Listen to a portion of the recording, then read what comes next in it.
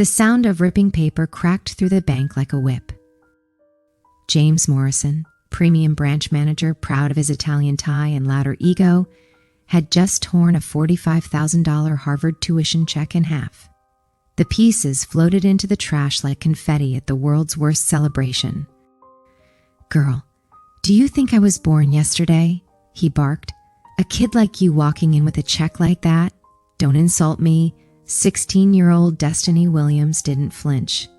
She'd heard versions of this tone her whole life. But today wasn't just another day. Today, someone chose the wrong girl to underestimate. "Mr. Morrison," she said calmly, "that check came from the Stevens Academic Foundation. It's for my Harvard program." He laughed, loud, cruel, mocking. People in line turned to watch. "Harvard, young lady, print whatever lies you want at home, but don't waste my time. Leave before I call security." Destiny breathed deeply, her mother's words echoing in her mind when they try to shrink you. "Don't bend. Let the truth do the cutting." But as she watched James snap a photo of the destroyed check, probably to brag to his buddies later, she felt something colder settle inside her. Not anger, precision. "Can I have a copy of the incident report?" she asked. "What for?" he sneered. "To show your cleaning lady mother?" That was the moment something shifted. Not in Destiny, she'd been forged by years of pressure. The shift was fate turning against James Morrison. Security walked her out. On the steps outside, Destiny sent one message. "Mom, it happened." And they messed with the wrong daughter. 2 hours later, James was in the break room reenacting the whole thing, his coworkers laughing along. Meanwhile, in a corner office 3 floors above, First National Bank CEO Victoria Chun received a call that froze her expression. "Miss Chun," said a calm voice, "your employee humiliated my daughter today. We need a meeting, urgently." "Downtown," Destiny answered another call, her Harvard advisor. "Destiny, your enrollment fee bounced. What happened?" "It'll be fixed soon," she said, her voice steady as steel. At a cafe, Destiny filed official requests for a duplicate check, this time to be sent directly to the bank president along with a verification letter. She was already building the case.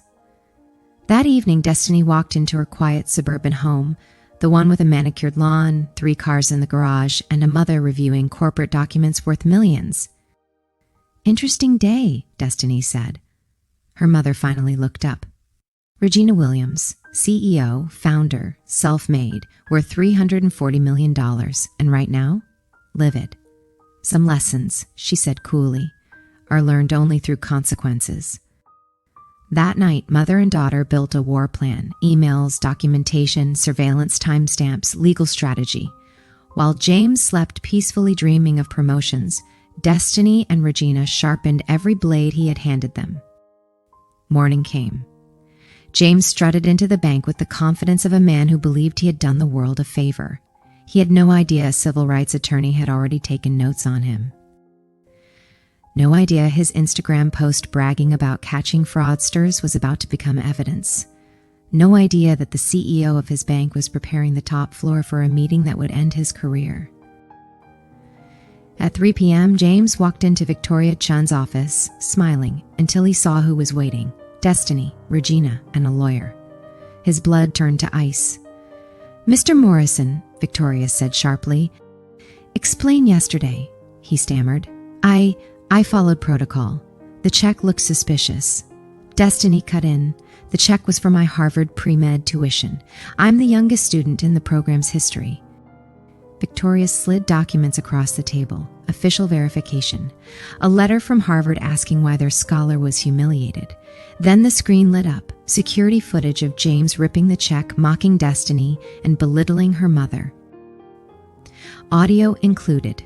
James shrank into his chair. Regina stood. "Mr. Morrison, allow me to introduce myself. Regina Williams, CEO of Williams Tech Solutions. We build your bank's security systems." His face collapsed. And, Victoria added, "Mrs. Williams owns 12% of this bank." Dr. Roberts placed paperwork on the table. "We can file a $2.3 million discrimination lawsuit today."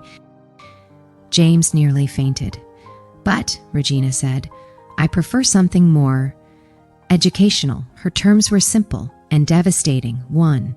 Immediate termination for cause. 2. Mandatory anti-racism training for all bank employees.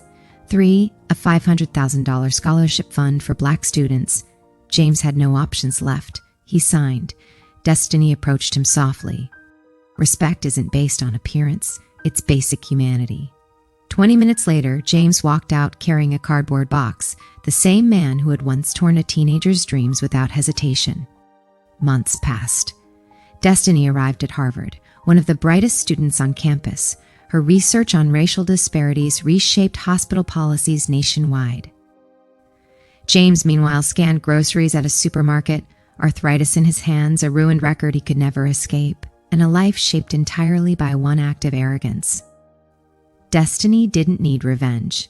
Her success was louder than anything she could have said. Some people learn the hard way that judging others by their skin color doesn't just expose who they are, it destroys who they become.